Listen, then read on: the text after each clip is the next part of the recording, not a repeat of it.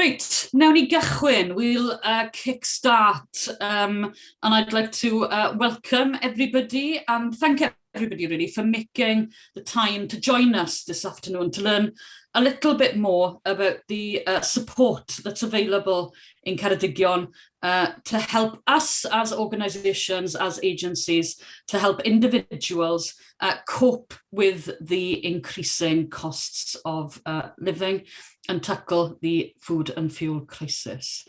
Felly, croeso, a ni sy'n gweud diolch yn fawr i chi gyd am wneud yr amser i ymuno â ni prynawn yma, i dysgu ychydig yn rhagor am y cefnogaeth sydd ar gael yng Ngheredigion i cefnogi unigolion fel mae costau bywyd yn cynyddu a deall fwy am cefnogaeth. We are recording this session, in recordio'r sesiwn cryno yma. It's going to be a brief session which we will then share the link to the recording. So if you know of anybody who hasn't been able to join us, then you can share that link. And as we're recording, then if I can ask people to use the chat function, if you have any questions, any comments, then we might have time to address those later on, or we can get back to you after the session. Felly, os allai holi i chi I ddefnyddio'r column chat I rannu unrhyw cwestiynau neu unrhyw sylwadau, a allwn ni ddod atri ni efallai os bydd amser gyda ni nes mlaen yn y sesiwn, neu allwn ni ddod nôl atoch chi wedi'r sesiwn I ateb unrhyw gwestiynau. Felly, does dim cyfieithydd dyn ni. We haven't got a translator today, so we'll be going through this session in both languages, bilingually. Without any further ado, I beidio oedi ymhellach, newn ni gychwyn arni, we'll start. And I'd like to invite William to kickstart us and tell us a little bit more about the services that Citizens Advice offer. Diolch yn fawr, Hazel. William Jones ydw I. Dwi'n gweithio Ceredigion Citizens Advice. I'm the Energy Advice Supervisor for Ceredigion Citizens Advice. And I'm really pleased to have been invited to this meeting with our partners this afternoon. In this, I'm just going to share my screen and hopefully this will work okay. Oh, there we go. And what I want to do with a bit of magic, no, that doesn't matter. We'll just leave it on that screen. Can I first of all apologise? I have explained to Hazel and Co that due to a very unfortunate clash, I may get some deliveries arriving in the next few minutes. So I really apologise in advance if I get called away to the door, and it will only be really briefly, and I'm really, really sorry. So I just wanted to explain at this point some information generally about Ceredigion Citizens Advice before later on speaking in much more detail about energy advice, help that can be offered to people to ameliorate fuel poverty that people are facing in our rural community. So Ceredigion Citizens Advice is an independent organisation. We deliver independent, free, confidential, high-quality advice to the citizens of our community in Ceredigion. We are still working from home and have been since the pandemic started in March 2020, but we are still delivering high-quality advice services to people on general advice, benefits, helping people fill in forms, attendance allowance form, personal independence payments forms. We have a particular funded project to assist people who are claiming universal credit, which is called the Help to Claim service, and there's details on the PowerPoint page in front of you about that. We also have a dedicated debt team who are regulated by the Financial Conduct Authority to provide holistic debt advice to the people of our community, and that includes being able, as appropriate, to be able to assist people with making applications for things like debt relief orders. We also have a specialist benefit team. Unfortunately, lots of people have great problems with not being able to actually get the benefits that they should be entitled to with the initial application, and they need assistance with mandatory reconsiderations and potentially as well appeals to the independent appeals tribunal system, so that we have a dedicated specialist advice team who assists people with that. And we've got a fantastic track record of winning appeals, mandatory reconsideration, and the actual representing people in appeals tribunals, which obviously in many cases can so much improve the quality of people's life and their well-being, as well as, of course, bringing additional money into the county, which quite often will then be spent in our local communities, local businesses, etc., etc. So it's generating potentially other not business opportunities, but sustaining local businesses as well. So again, that's another really important aspect of the work that we do. We have project funding from the Welsh Government under the Single Advice Fund, and with that we do benefits debt, general advice as well, in partnership with colleagues in Powys, Carmarthenshire and Pembrokeshire, citizens advice. At this stage, the only other thing I would like to add at this stage is about the fact that, as well as all the advice work that we do to the sort of individual benefits of households within Ceredigion, that we will always do campaigning and research work as well. So gathering the evidence about the problems that our clients face, we're able to take that away either at a local level, a local citizens advice level, or as part of the national citizens advice network, to be able to advocate with policy makers, UK government, Welsh government, to try and improve things to the benefit of our local community. A couple of examples of that I can give from the last couple of years have been that we have been very much involved with campaigning about trying to improve grant access to people who are dependent on oil and LPG.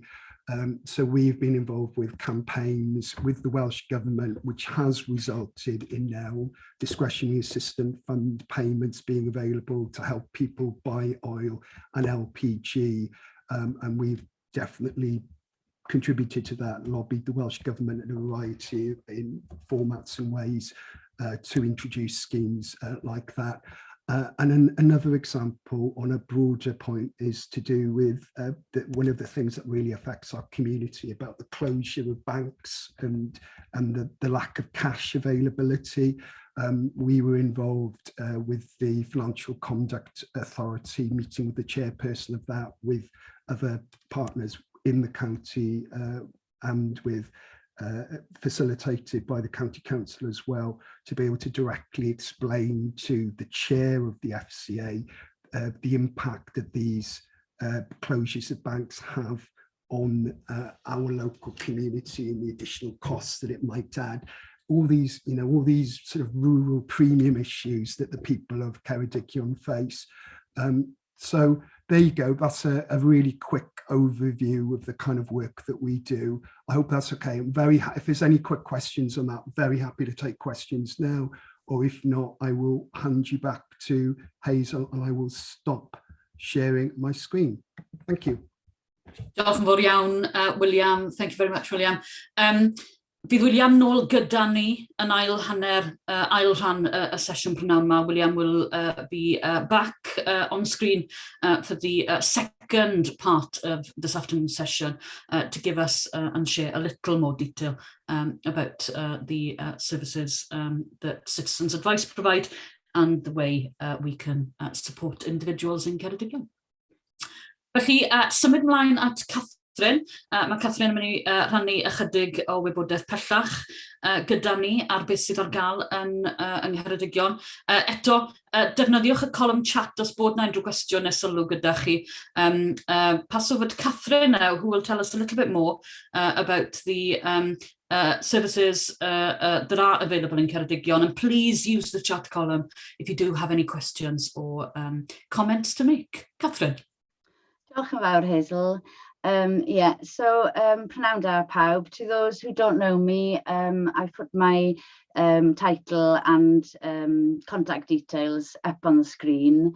And at the moment, and what I want to talk to you today about is things related to food and fuel poverty, of course. And it's a complicated situation. So, and I see our role, I mean, I'm not a frontline worker. I'm trying to just sort of coordinate things and make sure that everybody who is working directly with families, children, young people and individuals across the county can access all this information. And I mean, there's so much of it, and trying to pull it all together into one place is the thing. And I can imagine it must be really confusing for people, you know, for families themselves and individuals, and also for frontline workers. And it's great that we've got the Citizens Advice Bureau, because they're the kind of, if you can't find the support that you need, then they're the sort of like the end bit if you can't find it yourself, isn't it? Because they can mop everything up.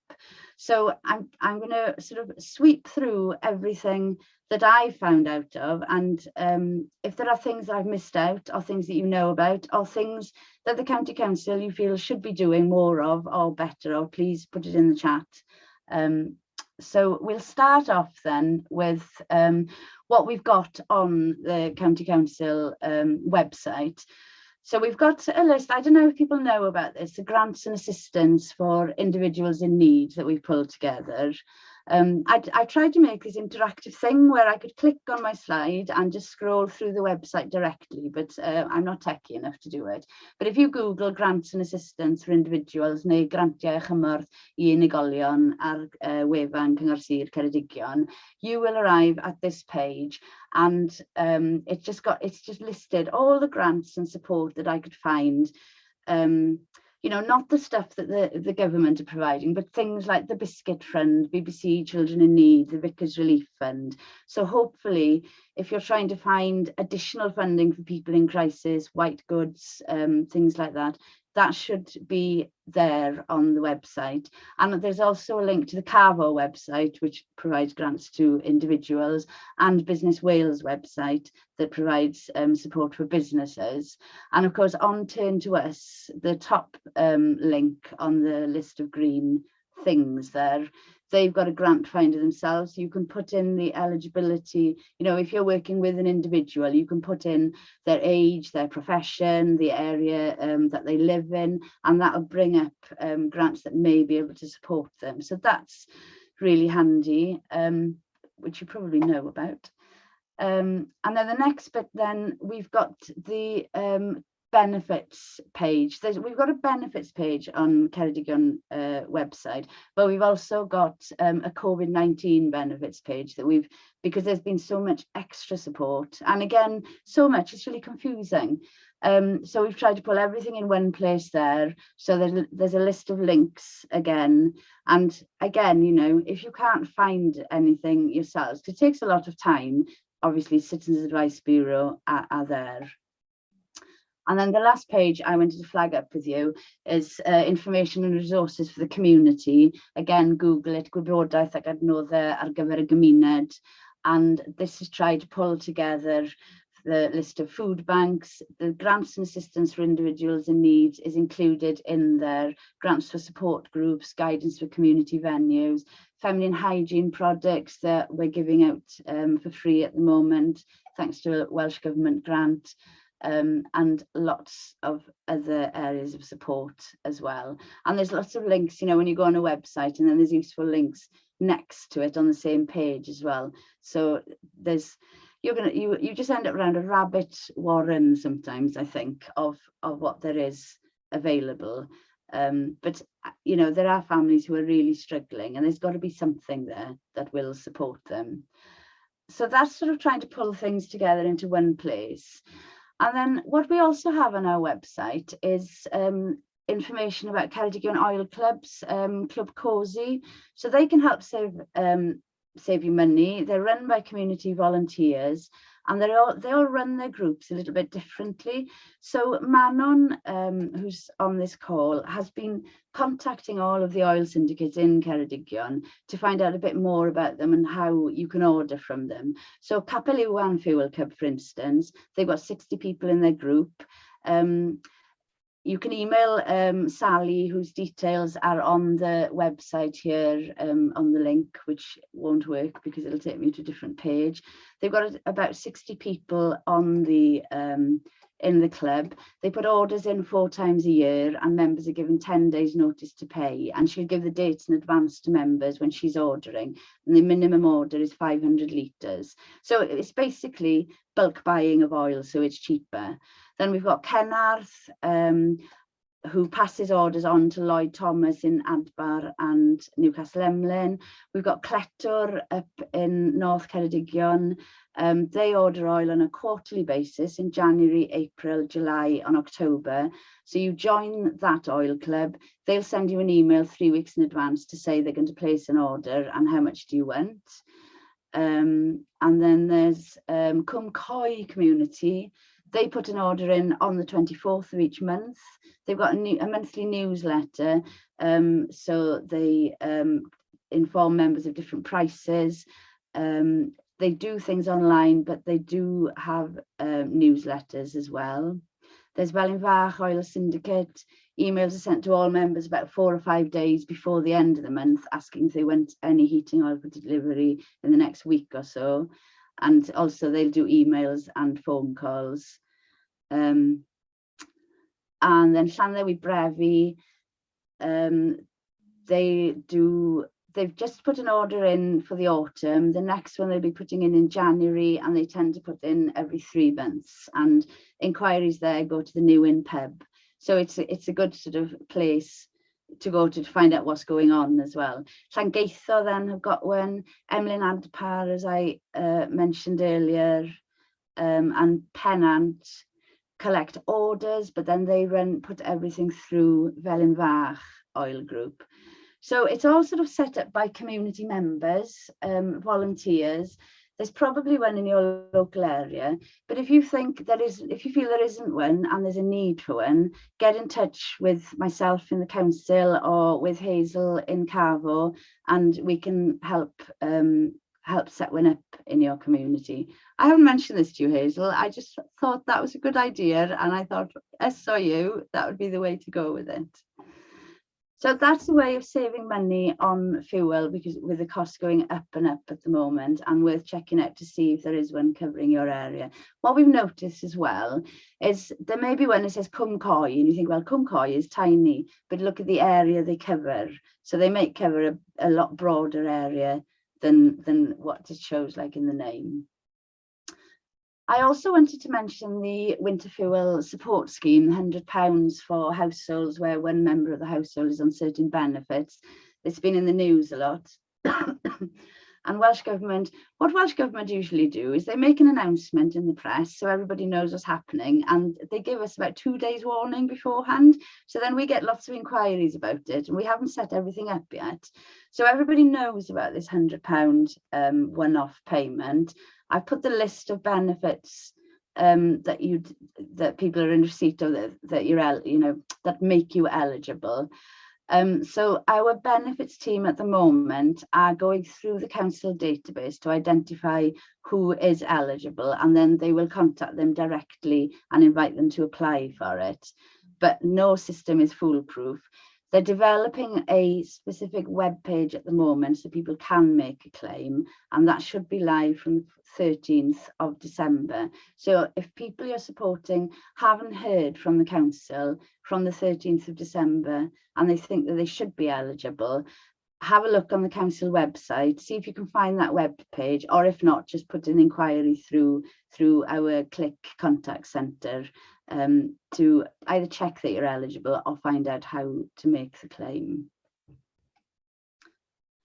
Then we have Ceredigion Food Network. This used to be a meeting of the food banks, because we were trying to sort of link all the food banks up, because some food banks, they all operate slightly differently again, a bit like the oil clubs.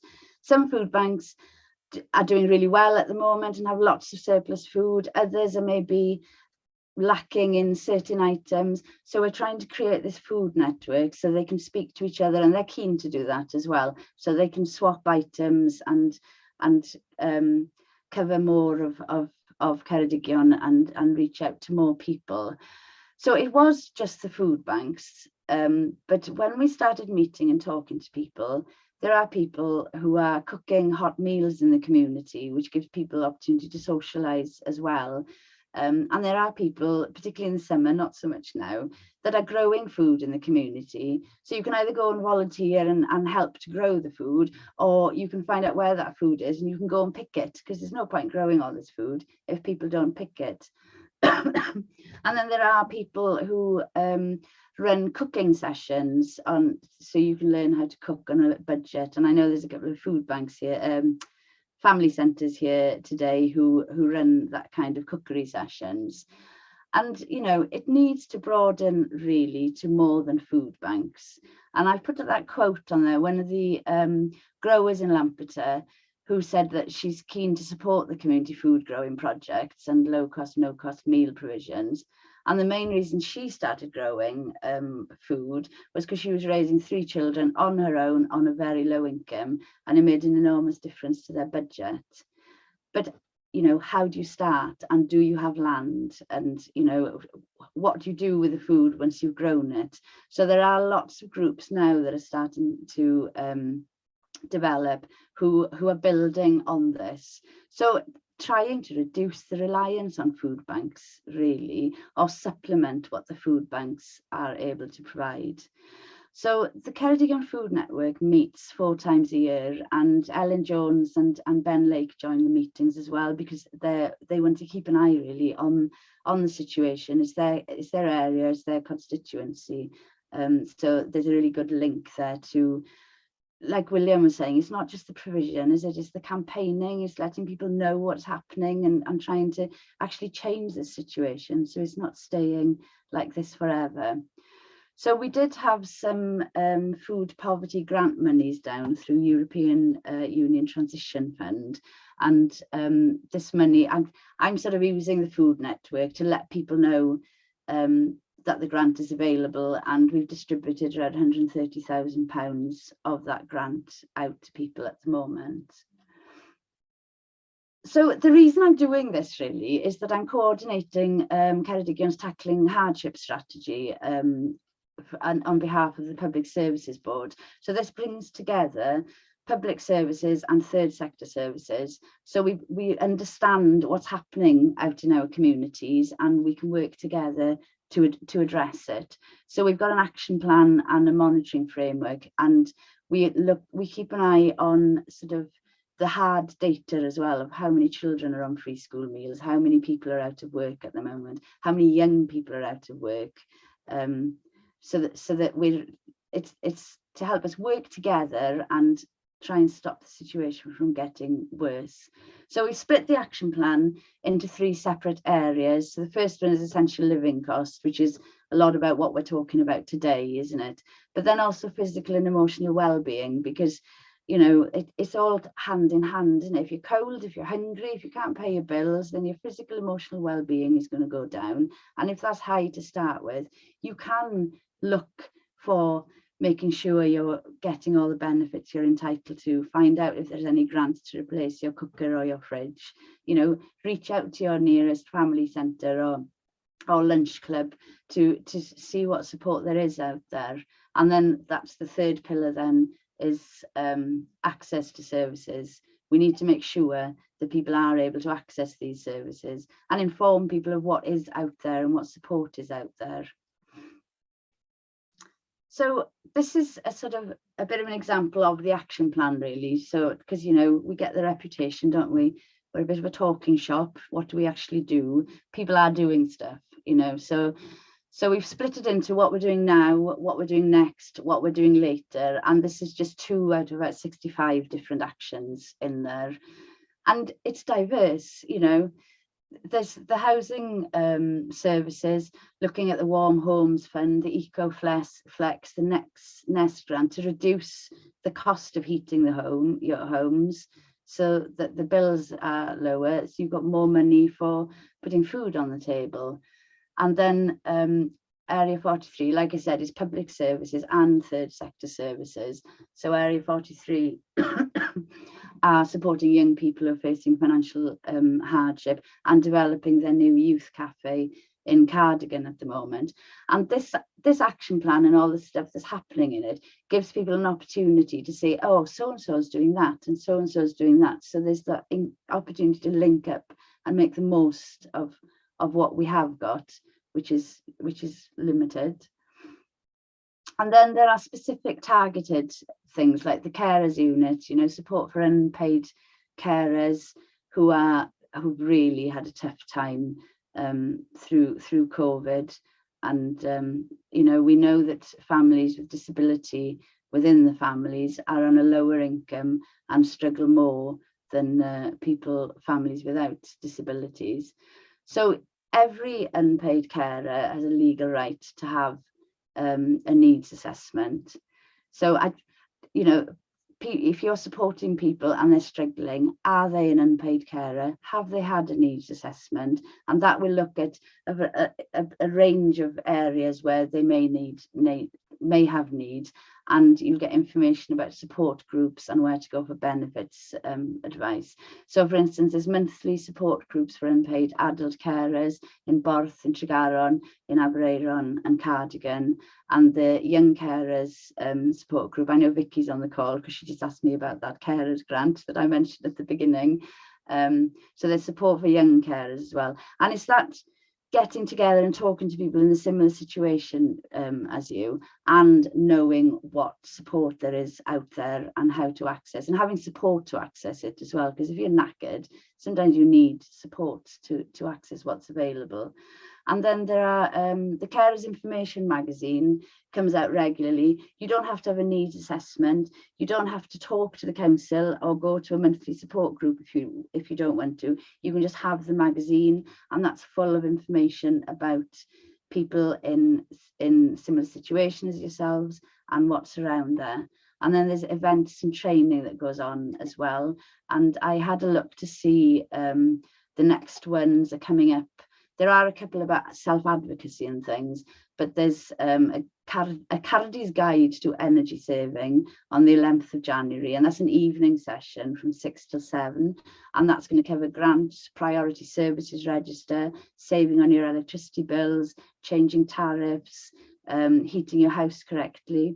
Then there's another one on the 25th of January from 12 till 1 p.m. and that's Make Your Money Go Further. So how to save money on household bills and utility bills, NHS dental optician charges, essential items, grants.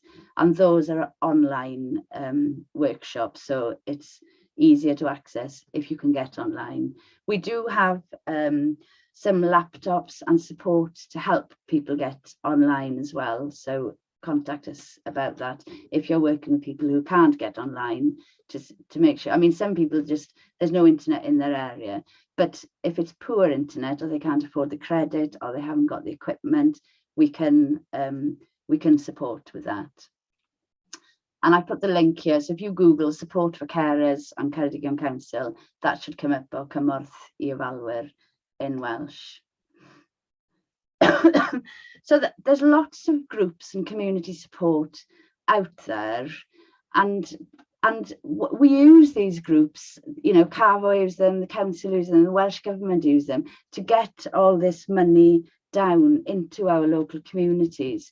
So if you're working with an individual or a family and they're struggling, if there's a family centre in your area, if there's a lunch club in your area, if there's age concerned run groups, you know, helpu Penparcau, Ray Ceredigion, if they go to groups in those areas, chances are council or Carvo will have been in touch and said, we've got all this money to give out to people in the community who are struggling. Can we give it to you to funnel out, or can you be the sort of gateway for people to access that support? And Citizens Advice come and do advice sessions, at sessions like that. So you don't have to contact the council or CAVO or Citizens Advice Direct, you can access your nearest sort of friendly group where there are other people in those groups of venues and get access to a broad range of services as well.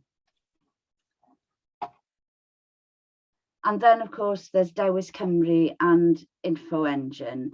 And I just put a cardigan postcode into Dewis Cymru, and it's come up with Naturewise, who is a forest garden where you can go volunteer, grow food, take food away. They do community cooking sessions, the health centre, advice and advocacy, the public library, which is closed at the moment, but is offering a lot of online services, and of course the Citizens Advice. So if you're supporting somebody and you don't know where to start, or they don't know where to start, Dewis Cymru or Info Engine are really good. They can put their postcode in and see what's around, really, and that's a gateway to accessing things.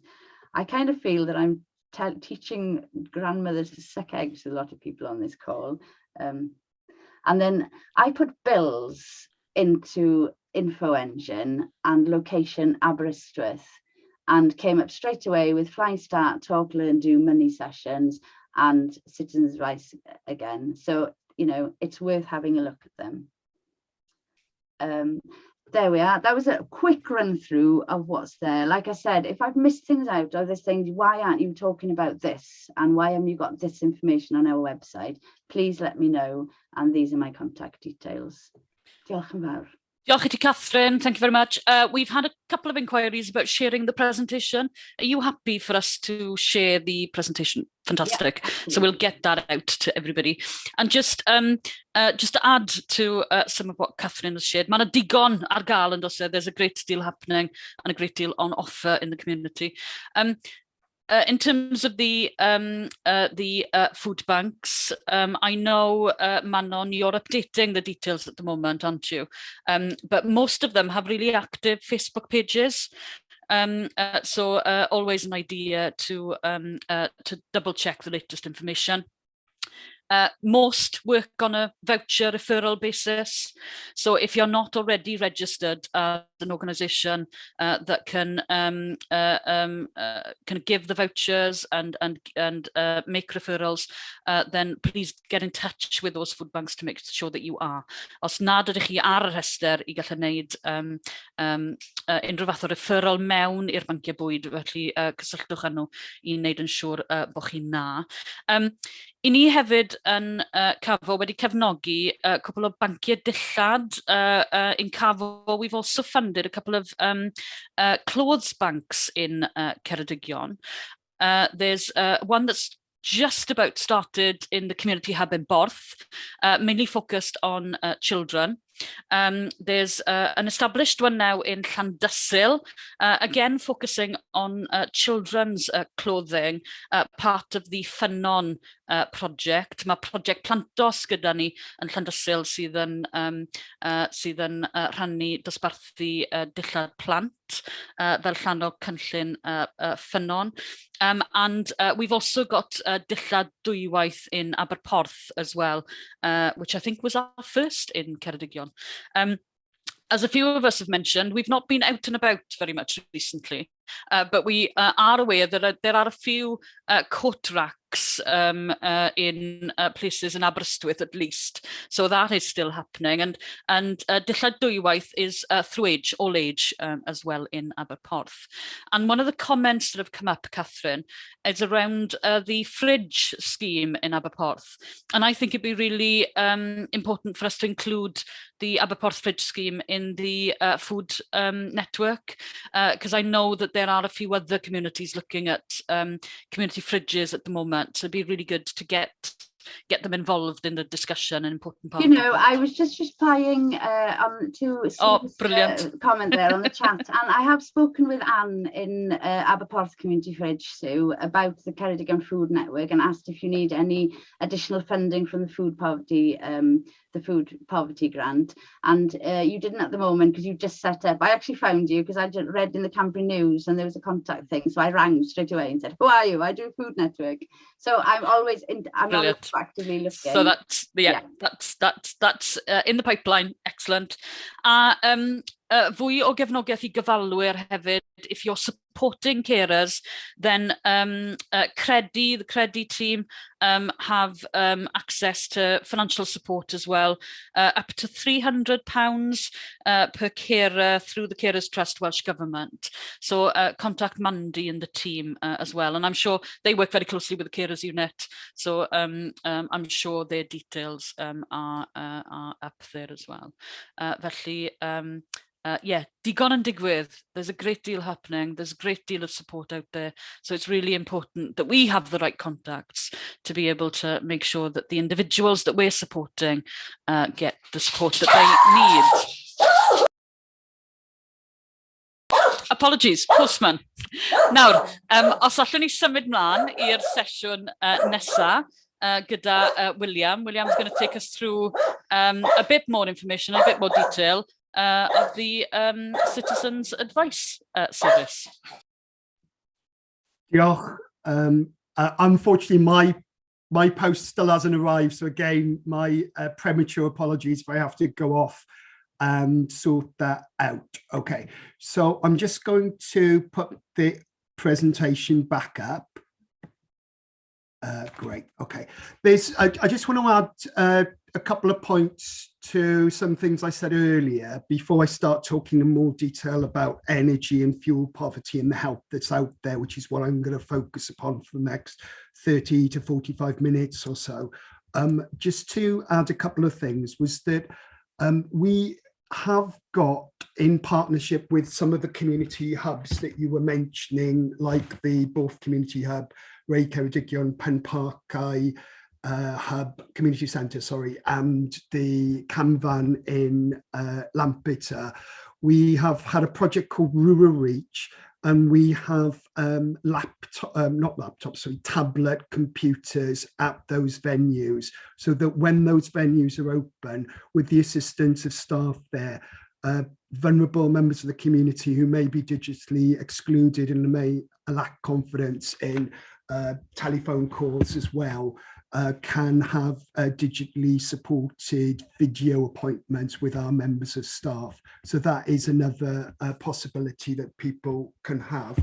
I want to thank Catherine for mentioning things like the Warm Home Fund project that we are in partners with Ceredigion County Council, with our colleagues there, which has been a scheme that's been running for several years. And because of the success of the project, both in terms of the grants to put new energy systems in that the council run, and our work in increasing people's income to reduce fuel poverty, that was extended for another year. So thank you very much for mentioning that, and also mentioning the talks on making money go further and energy grants, which is something that we are doing with the carers unit.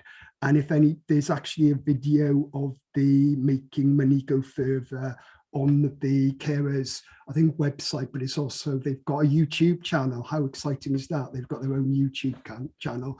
So Catherine must be a social influencer, and it's on there as well. I've had the very sad experience of seeing myself on YouTube, which I would not recommend to anyone, but it is there if you want to see it. Okay, so those are the sort of couple of things I just wanted to add to what we discussed earlier, and adding on to Catherine's fantastic outlining of everything that's going on in the county, both what the council are doing, all the partner organisations. And it's great the work that Catherine and Manon have done in renewing the information about the oil syndicates, because that information has been a bit out of date. So it's brilliant, that piece of work, and it's going to really help people within the county. So thank you very much, Diolch yn fawr, for doing that. Okay, so I'm going to put a bit of context into what's been happening in the energy market over the last sort of 3 to 6 months or so, before making some more comments about what people are facing at the moment and what assistance there is out there to try and ameliorate things, to try and make things easier for people who are facing such acute increases in the amount that they have to pay. As people are undoubtedly aware, from all the information that has been in the media over the last few months, there's been a huge crisis in the electricity and gas market in the UK, but also seemingly in lots of other countries in the world as well, leading to huge increases in wholesale gas prices, increases in electricity prices, and a lot of companies who are suppliers of electricity and gas in the UK going bust. I know Catherine and I know Chris were at the meeting that I attended yesterday afternoon with the NEA Cymru, and which Ofgem were at as well. And at that meeting, it was pointed out that since August of this year, 26 energy companies have gone bust since August of this year. And so that's a sort of background in the context that we're looking at. In October of this year, the price cap, which is set under UK government legislation by Ofgem, who's the regulator of the mains electricity and gas supply in the UK, was increased by somewhere between 130 to 170 pounds per annum. And that's though based on the idea, those figures of people who have mains gas to heat their home. We obviously in Ceredigion have a vast percentage of our population who are off gas grid, who are reliant on heating their home on oil, LPG, and quite often just on electricity because they've got economy 7 or they've got air source heating. The people, quite often the people who we are assisting, and I appreciate other people at the meeting like Chris from H Cymru, David are assisting, will have clients who are actually paying 100% more, sometimes up to 150% more than the Ofgem national average figures. So the Ofgem national average figures are between £1,300 and £1,500 a year for the energy costs. We will have lots of clients who are paying in excess of £2,000, and often, particularly if they've got economy 7, could be towards £3,000 a year. So there's a huge, again, to use the phrase I used earlier on, there was a real rural poverty premium here for our community within Ceredigion. This is reflected further in the fact that in the last Welsh Government assessment of fuel poverty in Wales, which took place in 2018, Ceredigion came in terms of percentage of the households of population as having the second highest rates of fuel poverty in Wales. The highest rate was in Gwynedd, which has got similar sort of issues with being rural and off the gas grid. So in terms of percentage wise, we have the second highest. In addition to that, of course, not only are people facing these very high energy costs because we're off gas grid, but a lot of the housing stock is comparatively old. It may be stone wall, it is hard to heat. So there's the additional problem people face with living in such housing, which may not be as well insulated and may, under energy performance certificates, have much lower energy ratings. So this is the sort of situation that our community is facing in Ceredigion, higher costs and living in harder to heat homes. Okay, so that's some of the background of it. In relation, so now I'm going to move on to talk about some of the arrangements that are in place to protect people who have had their, maybe have had that email come through, a letter come through to tell them that their supplier has gone bust. Oh, that might be my door. I'm really sorry. At this moment, I'm just going to pause for a second. I'm really sorry. No problem, William. No problem, William. Lots of interesting, useful information being shared in the chat column, as well as some links links. So I just wonder, Cheska and Kate, whether we can gather some of that so we can send those links out with the presentations, because some of that is in addition to the presentations that we've had. And Catherine pointing out that Aber Food Surplus also have a community fridge, mae 'na fridge gymunedol yn Aberystwyth hefyd. Welcome back, William. Okay, thank you. Really sorry about that. Oh, right. Okay. So I'll now try not to be as embarrassed as I really feel. And I will move on to say that I was talking about what will happen if you get that email or that letter to explain that your energy supplier has gone bust. And it's happened to me. It happened to me a few months ago. So I've got not just the theory of what happens, I have got the practice of what happens from my own experience. Ofgem, under the various rules, will appoint what's called a supplier of last resort. They will get in contact with you to say that they are now going to be your supplier. What is really important, and that so that people don't, it's obviously a potentially very anxiety-inducing moment. What's really important is that your supply will continue. You will not be cut off. There will be no danger that you will be in any way left without electricity or gas. It's really important that once you get told that that your supplier has gone bust, that if you can, is to take meter readings so that you've got a record of the point at which your supplier has gone bust, that you have got meter readings. And then you should probably wait to hear from the new supplier, give them the meter reading and wait to see what tariff you're going to be offered before you make decisions about potentially switching to anyone else. But just to recap, you will not get cut off.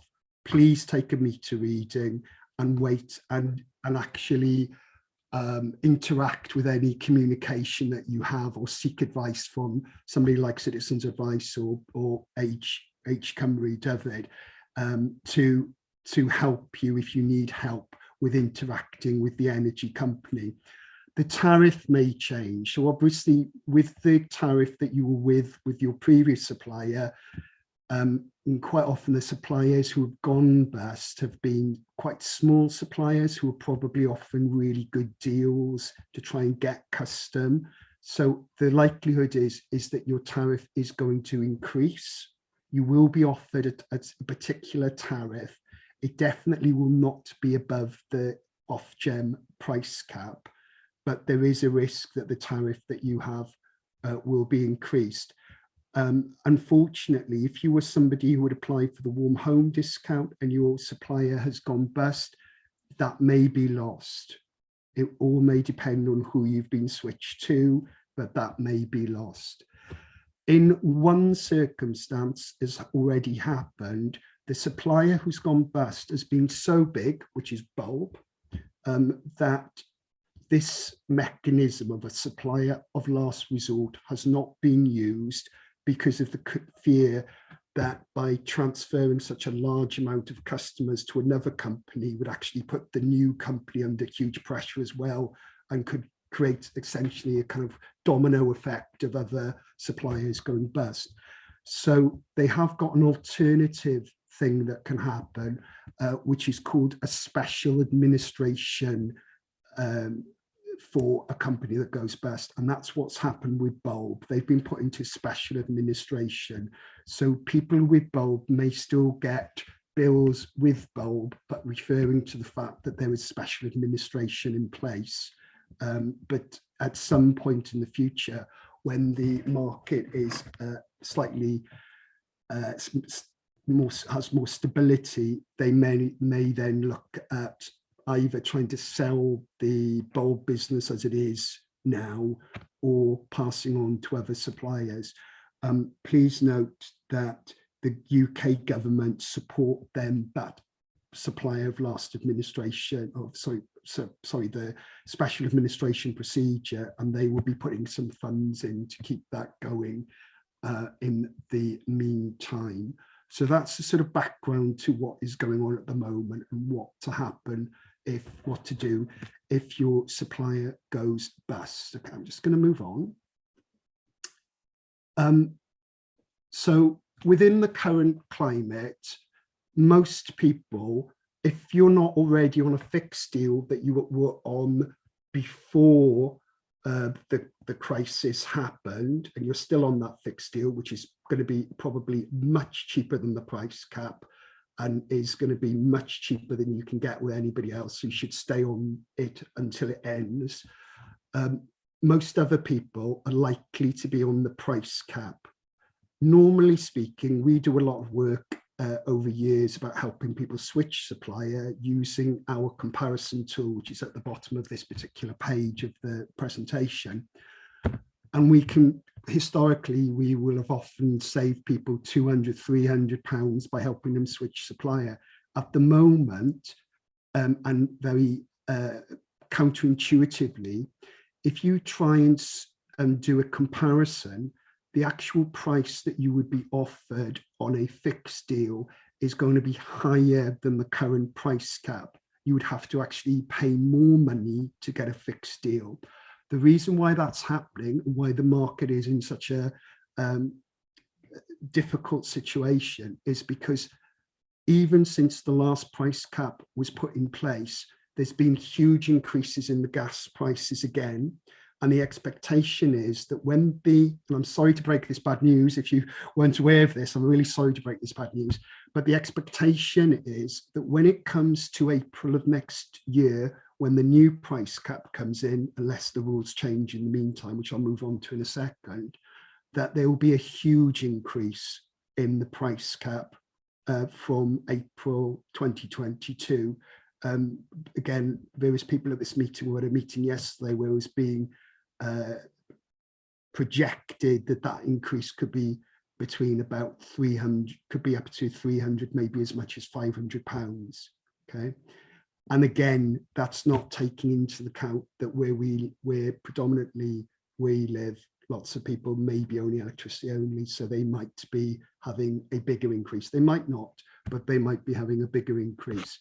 So at the moment, if you're offered any fixed deal, the fixed deal that you're offered is probably going to be a figure that is more than the current price cap, but less than what they anticipate it will be next April. So you've got to kind of take a gamble on whether or not that actually will work for you, paying that extra money now. Now, for most people, that's going to be an incredibly invidious position to be placed in, to actually increase your outgoings at a time when there's so much other pressure on your outgoings.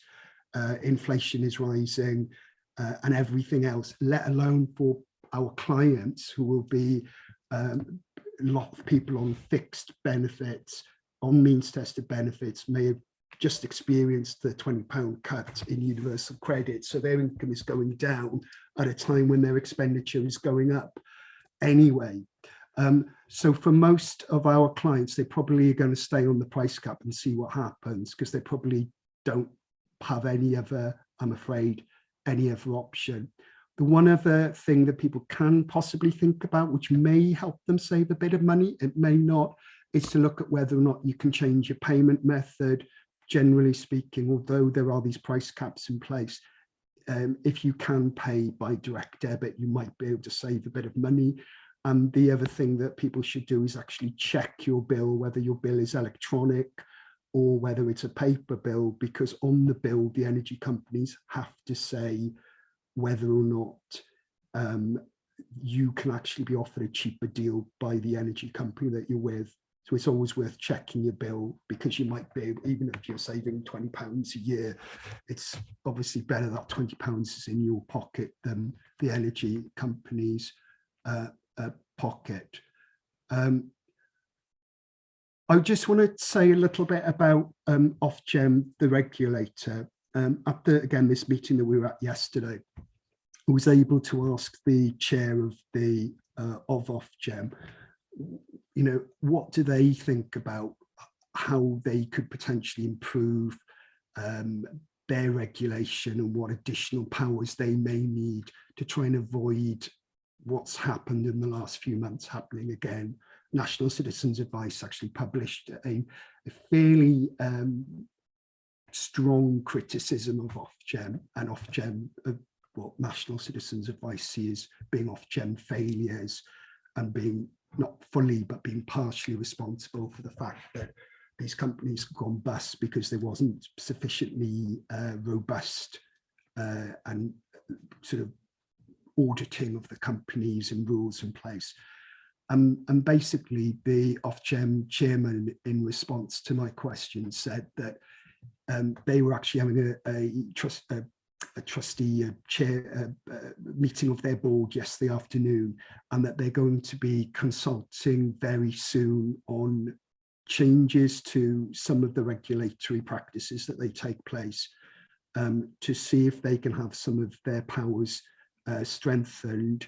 They think by some things they can do without needing further legislation through the UK Parliament, and it would also include potentially changes to how the price cap works in the future. So the information I'm giving you today about the fact that the price cap will be reviewed and then increase from April next year, that may change in view of what was said at the meeting we were at yesterday. So just to give that little health warning that things may change. Okay, I'm going to move on to talk about some of the help that is available to people to try and assist them in reducing their energy bills and, you know, try and make things a bit more manageable. For a number of years, there's been a scheme called the Warm Home Discount Scheme, and the Warm Home Discount Scheme, if your supplier offers it, and if you qualify, you will receive a rebate of £140 from your electricity bill. It's to do with electricity, so you'll get £140 rebated from your electricity bill. If you're a prepayment customer, you'll be sent a letter, or if you have a smart prepayment meter, it will just be credited automatically onto your prepayment meter, or you can, when you top up, you have the £140 added to your key. So it's a really useful piece of money for people, will help them a lot during the winter months. There are two groups with this. One group is the mandatory group. The mandatory group are people who are either the person paying the bill or the partner of the person paying the bill is on pension credit, and they were on pension credit on a date in July, and that at that date of July, the supplier they were with then had to offer the warm home discount. If those boxes are ticked, there is a data matching process between the DWP with the energy companies, and the household will be automatically notified. They don't normally have to apply, and they will receive the £140, and it will be received as a rebate onto the bill or a letter, so you can top up your prepayment meter between October and the following March, but they have to pay it by the March. It is with the mandatory group, it is the supplier you were with at that date in July who has to pay you that, and you automatically qualify even if you switch from that supplier. And sadly, even if somebody died, they would still have a duty to pay the estate of the family if a person had died, if they did qualify for it during that period. So with the mandatory group, it's comparatively straightforward. From an advisor's point of view, all we would really normally do is check to make sure the person is getting it, and if there are any problems, assisting them with resolving those problems, but obviously just checking that they do qualify. With the broader discretionary group, that would be people who are on low incomes but who are not on pension credit. Their supplier has to be a company that offers the warm home discount. And with this, there are set rules set by Ofgem about who the suppliers have to include, who the suppliers have to include, and then the suppliers can have additional discretionary criteria which they agree with Ofgem over and above the mandatory rules. So that again is £140 The frustrating thing for this, for people like myself who assist a lot of people with applying for this, is that there is no consistency between the energy companies about when the window of opening for people being able to apply. Some energy companies will accept applications over several months, which obviously makes life a lot easier. Lots of vulnerable people who will really struggle to be able to apply within a very short window of opportunity. At least one energy supplier only lets people apply during 1 week. So people can miss out. Generally speaking, you have to wait to receive the £140 rebate or money for your prepayment electricity meter before you could consider switching to somebody else. If you switch beforehand, the energy company would be entitled to say, you've switched from us, we don't have to pay you that money. I mentioned the fact that only some energy companies have to offer it. Essentially, it's energy companies who've got over a certain amount of domestic customers. Some energy companies who have got less than that certain amount of domestic customers will sometimes decide to offer the warm home discount in any case. Each year, the best place to probably get the most up-to-date information on who is included in the scheme is actually the www.government website, and put warm home discount in, and they give a list of all the suppliers who have to offer the warm home discount. It's probably the best place. You can also look on the Citizens Advice public website as well, but the fair play to the UK government, that website is actually quite good on things like this. They've consulted, they being the UK government BEIS department, have consulted on changing the warm home discount from 2022, 2023 onwards. And the expectancy is that the changes will go ahead next year. The differences will be that the warm home discount is being increased from £140 to £150, which is really good news. And they're going to have 2 mandatory groups rather than a mandatory group and a broader group. The first mandatory group will be the existing mandatory group, i.e. people on pension credit. The second mandatory group will be people on specific low incomes who also, though, they're going to try and get some data on potential energy costs of those people on low incomes. And they're going to do a data match on that, and then say the people automatically qualify for this £150. Because they're worried that some people may miss out, they're going to have in the consultation, they said they're going to have an additional discretionary funding project available that people can apply to. So it's not finalised yet. When it is finalised, I can share information with people about what the final version of this is. But again, from the meeting we had yesterday, it seemed very clear that Ofgem themselves think that this idea of a second mandatory group is definitely going to happen. So just so you're aware of that. The one other thing that's not actually on here, which I will quickly mention, is obviously within Ceredigion, there's quite a lot of people who live in park homes. They may not actually be responsible for their electricity bill directly, but they pay the money to the management company of the park home. There is a specific warm home discount scheme for park home owners, which is run by the Charis group, which is a group that manages or administers trust funds for lots of organisations. It's Charis is CHARIS, and you can, although the warm home discount applications for this year with them are shut for the park home, but you can already register on there if you're interested in being notified about applications for next year.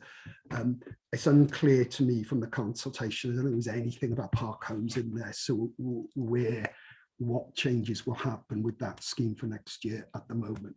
It was really unclear to me. The last thing I should probably say about the warm home discount scheme is that for most people, most suppliers unfortunately have probably now closed it for this winter. However, SSE's is definitely still open, although they're meant to be closing it. I think off the top of my head, it's either the 17th, let's say the 17th, because it might be the 19th, but it's the 17th is a week today. So if you do still have any people you're supporting who are SSE customers, and obviously lots of people are still SSE customers in our part of the world, they still have got a week to apply. I actually, just before this meeting started, I did an application with somebody who hadn't applied yet. So it's still, it's still there. And if in doubt, obviously just check if the supplier is still open. And it's a really easy application. It's not a complicated application. It's not like a housing benefit form or a PIP form or anything. It's the equivalent of name and address, tick a box of the benefits you're on. You're happy for the information to be checked, and it's as simple as that. It's nothing too difficult, apart from the fact it's online, and obviously, as we know, lots of people may struggle with that and are digitally excluded. Okay. Some other help that's out there. Catherine in her presentation mentioned lots of trust funds and things that might be available, including for things like white goods, which again is stuff that we would get involved with. I'm not sure if Catherine mentioned Glasspool, but Glasspool is something that we would use probably quite a lot to help people to apply for energy efficient goods like cookers, washing machines, things like that. There's a high demand for that charity, so it's quite awkward to apply to them. But if you do get in, they're normally a really good one to apply to. We help a lot of people in applying to trust funds to help them with energy debts that they have, to try and help either clear all the debts or some of the debts. Because of the fact that people are entitled to know about all their options, and quite often people who've got an energy debt may have other debts as well. It's pretty rare that you'll have somebody who's only got an energy debt but who hasn't got other debts. We will always want our clients to have regulated debt advice first, so they're completely aware of all their options in relation to debt advice with our FCA regulated colleagues who work on our debt team. And then once that's all happened, we assist people with applying to things like the British Gas Energy Trust, the Scottish Power Energy Trust, the EDF Energy Trust. The SSE now is part of the OVO group, so there's now an OVO trust fund that SSE clients can apply to try and get grants to help them clear some or all of their energy debts, and we get quite a lot of success with that, and helping people clear debts, which can obviously make life a heck of a lot easier and improve well-being as well. We at points have available fuel vouchers, which would be to help people pay with prepayment meters. So it's always worth trying to refer clients to us in case we have funding which we can assist them with in relation to that. Just to note, we cannot promote our fuel voucher offer directly to clients. We can only do it through partner organisations, and we can only accept referrals from partner organisations. Okay, I'm going to move on. Some of this has already been mentioned. There's the discretionary assistance fund funded by the Welsh Government. I mentioned in some of my opening remarks about the fact that we and other organisations have been involved in lobbying the Welsh Government over quite a long period of time, pointing out the problems people face in the rural community with higher oil, LPG costs, etc. There was a pilot scheme that was put in place from January the 1st this year to March the 31st. And it is now being introduced again from the 1st of October to the 31st of March 2022. You can get an award for oil of £250, and for LPG you can get up to 3 awards of £70. The application process has to be a supported application. So the application has got to be made from a partner organisation of the Discretionary Assistance Fund. We are a partner organisation. I'm sure other people on this call, their organisations are also partner organisations as well.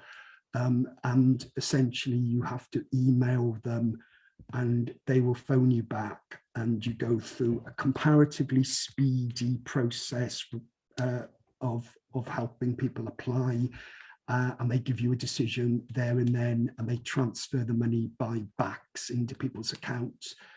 They make it absolutely clear, and obviously it's really important that we do to our clients, that if you are awarded a grant like this, that you keep the receipts for the money that you spend, because they can ask as part of their auditing process for evidence that the money was spent on what you applied for the grant for. And presumably, if you can't provide the evidence, they could potentially ask for the money back, or worse, I suppose, if they thought it was a fraudulent claim. So that's a really important scheme. And if you've got anybody that you think would qualify for that, and you would like some assistance with applying for, please don't hesitate to refer to us. Under the DAFT scheme as well, it doesn't have to be a supported application. You can make an application to try and get money for people in an emergency situation, to help them top up their prepayment meters as well. So that's under the DAFT scheme. And there's also under the DAFT scheme a grant of £120 that can be applied for by owner-occupiers in certain groups to assist with a boiler repair. That scheme was opened on the 1st of December and will run to the 31st of March. You've got to be able to provide, according to the information we've received from DAF at the sometime last week, the person has to provide a quote beforehand, though, explaining the amount of money that at least £120 would be spent on this. But that is another piece of assistance that people could potentially qualify for. Okay. So what other help is there to try and alleviate people's fuel poverty? Winter fuel payments are automatic payments which are made by the UK government to people over retirement age. Again, it should be completely automatic. The amount that somebody has, it's dependent upon their actual age. So the maximum payments are for £300. So those are the winter fuel payments. In terms of what we do, sometimes, very occasionally, somebody hasn't had it and we can help them chase them up. Very occasionally, the wrong amount of money is paid, and again, we can help them chase it up and get it sorted out. But generally speaking, this is pretty smooth, and most people get it put into their bank accounts before the end of November or early December, so quite early in the winter period to help them pay. Obviously, Catherine's made mention to this exciting new development within Welsh Government, which the Welsh Government are funding, and have asked the local authorities to administer the winter fuel support, which is £100. And as Catherine explained earlier, the local authorities will be writing to people, and then people can directly apply from next Monday, the 13th to the 12th. We're a little unclear. Catherine mentioned there was going to be an application form. We're a bit unclear as to what is going to be expected from the person. We presume that the local authority will, in most cases, will have confirmation of the benefit eligibility. The second element of eligibility is that the person is a bill payer. We presume it will be the bill payer, or they're the partner who is also part of the benefit claim. What we're unclear about is what evidence will be required for that, and whether, and if there is evidence, i.e. a bill is needed, etc., if that's going to cause difficulties for people, because obviously some people have electronic billing, some people have prepayment meters and will have no possible bills at all. So we're a little bit concerned at the moment, until we see the sort of fine detail of the scheme, about what barriers this might put up and difficulties that may people may face as a result. And again, of course, we will be there if, as and when needed, to assist people to ensure that they can provide the information that they need so that they get the £100. The scheme is based upon eligibility from the 1st of December to the 31st of January. So you could potentially have somebody who only goes on to the qualifying means tested benefit on the 28th of January, they would still qualify for this £100. And at the meeting we were at yesterday, we suggested, I think I have it written down, let me just quickly check my notes from the meeting I was at yesterday. I think it was said it was going to be the 18th of February. 18th of February is the last date by which people can apply. So to say there may be some people who only really late on actually qualify, but they should still be able to get the £100 as long as they apply by the 18th of February. And it obviously is going to make it's going to be really helpful to people. And it's an excellent initiative by the Welsh Government.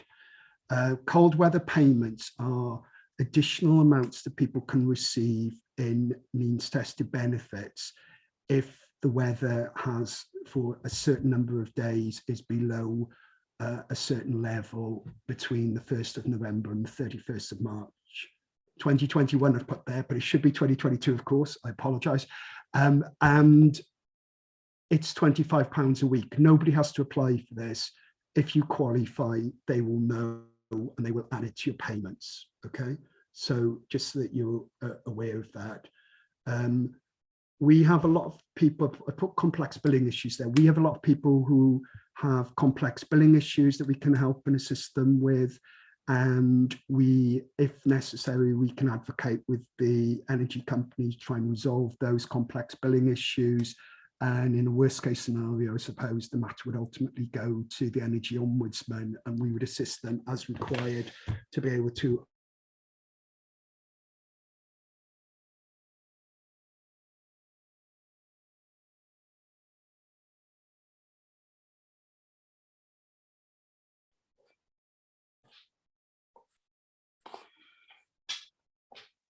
We seem to have lost William. Fi'n credu bod ni wedi colli William, os na mai fi sydd wedi colli rhywfaint o cysylltiad ma, unless it's on my side. Oh, no, it's not. Sorry, yeah. It's William who's lost in space. Oh, and I'm not quite sure how much William had left to cover off, but tipyn o wybodaeth arbennig o defnyddiol fyna, so much really useful information there from William, so he might be able to rejoin us. If not, we will share the full presentation with everybody. Felly, newn ni rhannu cyflwyniad William gyda pawb, rhag ofan bod na unrhyw fanylion ychwanegol ag ei rannu. I think he was coming, he's coming back in. I think you were coming towards the end of the presentation, William. I'm really sorry, I don't know what happened there. I just disappeared. I have no idea. I wasn't sure whether it was you or me, William. No, something happened on my end. I suddenly disappeared. I'll share my screen again. My apologies. I don't know what, that's fine. What happened there at all. Yeah, can you see that? Okay. Can you see that? That's the one. Yeah, brilliant. Perfect.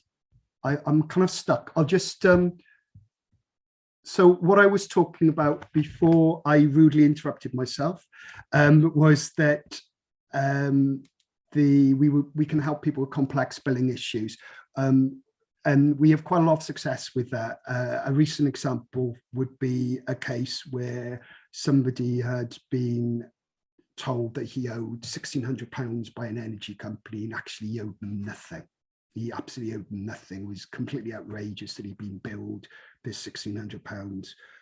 And within a week, after he'd had months of tearing his hair out because of the frustration with it, we managed to get them to accept he owed them nothing, issue a fulsome apology to him, and to pay him a payment, his goodwill payment, because of the fact that they'd just done some outrageous piece of customer service. So rather than them saying he owed them £1,600, they actually paid him 30 quid, and he had a letter confirming he owed them nothing.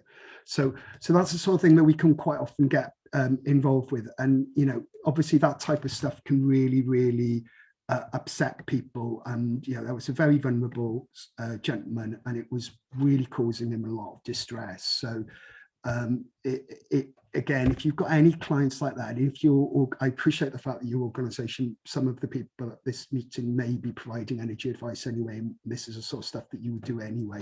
But if you do have, if anybody has anybody like that you'd like to refer to us, we can assist in resolving those issues. I'm just going to go back one slide just to make sure I've not missed anything. I haven't. Great. And then I'm going to talk about just checking how much time or how long I've been talking for. There's also things like energy grants. I mentioned earlier on about lots of people in our community are living in really hard to heat homes. And so there's a lot of basically heat escaping from your home, or some people have never had a central heating system in their home. So there are a variety of grants that people can apply for. And the grants, there's the Welsh Government funded Nest scheme. With the Welsh Government funded Nest scheme, it is you have to be a private tenant or an owner occupier.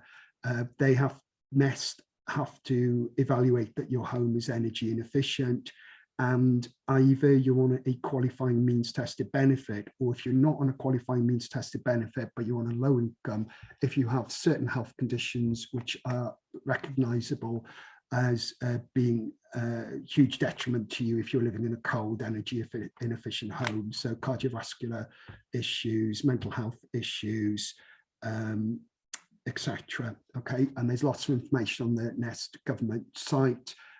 It's free, it's completely free. If you qualify, it is free. There are certain rules that if it's the owner of the property, whether it's an owner occupier or a private landlord, has to give certain assurances to Nest about certain things they won't do within a comparatively short period of time. But other than that, that's the only kind of restrictions that they place on the grant. And obviously lots of people in Wales have benefited from this. Lots of people in Ceredigion have benefited from this, and they do include gas in putting in new gas boilers. They do include putting in oil boilers. Okay. Now, there's energy company obligation schemes, and Ceredigion County Council have exercised their rights under the energy company obligations to set their own local criteria. So there's energy company obligations, LA, which stands for local authority, Flex, which is the bit where they can set their own criteria. So the Ceredigion County Council, you can apply to them and they will look at your application, and if you qualify, they issue a certificate to say that you qualify under their scheme, and then they give you information about contractors who they're not saying you have to use these contractors, but they're saying these are contractors who do energy company obligation work. You contact them, you show that you've got this certificate, and then they will make an assessment of what they can do. Under the energy company obligations, there are rules about what type of heating systems can be put in, so they do not put oil in. They, generally speaking, will look at potentially upgrades to economy 7. They can potentially put in air source heating. They may put in LPG gas, but they do not put they don't do mains. I'm saying they don't do mains gas. I'm beginning to doubt myself, but I don't think they put mains gas in, and I don't think they do oil, but I'm beginning to doubt myself when I say they don't put mains gas in, but I don't think they do. And there might be somebody else here who can remind me about that. I haven't put it on here because this was a presentation which was initially I was doing to a national Welsh audience rather than to a Ceredigion audience, and I forgot to add this on here for the Ceredigion audience, so I apologise. Within Ceredigion as well, the County Council have secured funding under the Warm Home Fund for something called Cozy Caron. They've had the Cozy Caron scheme now for a couple of years, and under the Cozy Caron scheme, this is aimed particularly at people who have never had central heating systems in their homes, which would include houses which are heated by economy 7. And again, they actually use the EcoFlex LA application form. They work with a specific partner who's called City Energy, and they will make an assessment of whether or not people can qualify under that scheme. With both the Eco and the Cozy Caron scheme, you have to be an owner-occupier or a private tenant. If it's an owner-occupier property, or there's a private landlord, there may be a contribution assessed for the owner-occupier or the private landlord. So it isn't necessarily 100% free. There may be a contribution which is assessed, but they're both, obviously all these schemes are really helpful schemes which can greatly improve the heating in people's homes and the well-being of the people there. So it's really worthwhile. I'm probably running out of time because I'm thinking I've been talking for a very long time. Just the other sort of stuff that we will do with everyone and can try and help people save money on their energy bills is look at energy efficiency issues, simple sort of behaviour changes, ideas, so that people can save money by turning off your lights, making sure you turn off your lights. Shorter showers is because if you've got an electric shower, the electric shower is the most energy intensive things you've got in your home. Electric showers will use between 7.5 and 9.5 kilowatt hours of energy, depending on what particular model you have. Whereas, say, for example, if you've got an LED light bulb, that might be using just 10 watts or 5 watts. So that's 0.01 of a kilowatt hour compared to 7.5 or 9.5 kilowatt hours. So they use a phenomenal amount of energy, electric showers. Yeah, not leaving things on standby. And then if you've got a smart meter, the positive things about smart, I know smart meters are really controversial and some people think they're akin to some terrible event happening in a local community. But the smart meter, the thing about smart meters are they get rid of any estimated billing, because they provide accurate meter reading to an energy company. They give you what's called an in-house display unit. An in-house display unit can help, it's about the size of my hand, and it helps you see how much energy you're using. If you have a prepay smart meter, you can top up maybe from your phone, from your computer. You no longer have the cost of potentially, for people in our community, driving somewhere and spending money on, and also potentially polluting by driving somewhere to actually top up. And also, if anybody's ever seen a prepayment meter, the visual display unit is tiny, so to keep a track on how much credit you've got left, etc., can be really tricky, and also could be outside your home. It could have been in Storm Barra or Alwyn, and you could have been you could have been blown away like Dorothy to Oz.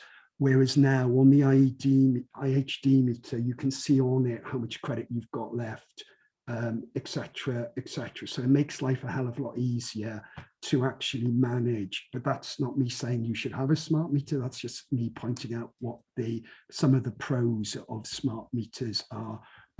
And I think from an energy efficiency point of view, what is really useful for a smart meter, in the same way that, you know, as you leave your home, you might check if you've got your purse, your wallet, your car keys, your if applicable, your house key, but you may want to just look at your IHD and think, oh, you know, why is that suddenly on red? Because I'm just leaving, oh, I've left this on, or something like that. So you might just help you not waste that bit of energy and come back a couple of hours and think, oh no, I left the central heating on, or whatever it might be, when you didn't really want to. So it might help you save money. Right, there is the Priority Services Register. It's free for vulnerable people, offered by the energy suppliers and the network providers, and also by Dŵr Cymru. It's a free service. It's really helpful and particularly important for anybody who has electric equipment in their home, which is vital to their illness or disability. Particularly, there may be some people who have oxygen, and it's with electricity to run the machine to deliver the oxygen to them, for example. It's really important that energy companies are aware of this, or if you've got medicines that you have to refrigerate, you're housebound, so that you could potentially, if the energy's out or they're having a planned power cut, you're not going to be able to feed yourself and things like that. Energy companies will, in some cases, put generators into people's homes to ensure that the energy supply is continuous. Anybody over retirement age qualifies. Anybody who's got a chronic health problem or disability, if you've got children under 5, you may have shorter term vulnerability because of bereavements and things like that. The energy companies will really help you and will give you good free customer service. There's a long list. I'll share through Hazel the presentation, if that's okay, Hazel, and then Cheska. And there's a lot more information about all of that there, but I won't go through it now because I'm a bit worried I'm running over time. And then finally, I'm going to do a hard sell on Ceredigion Citizens Advice, fantastic holistic advice services. We do one-to-one appointments. We call them holistic appointments because we will always look at income maximisation as well as expenditure reduction. So we have a lot of success with identifying the fact that somebody's never had, say, attendance allowance before. So not just saying, well, you could get attendance allowance, but helping them apply. And then the knock-on from that might be that actually now they get pension credit for the first time. And if they're over 75, they're now going to get a free license again. So it's all these things that you put together, which actually can increase people's income, which means that they can afford their energy bills. And also quite often what we find is that people actually underheat their home. So they're actually not even heating their home to the temperature that NICE and other people would recommend, so that they're living in a safe environment to their health and well-being.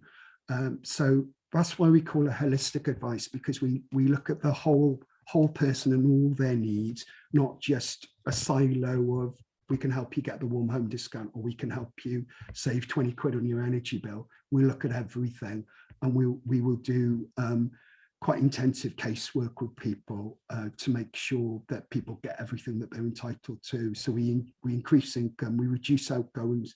We're all trained and can verify, do Cymru applications to help people get social tariffs for helpu and water assist.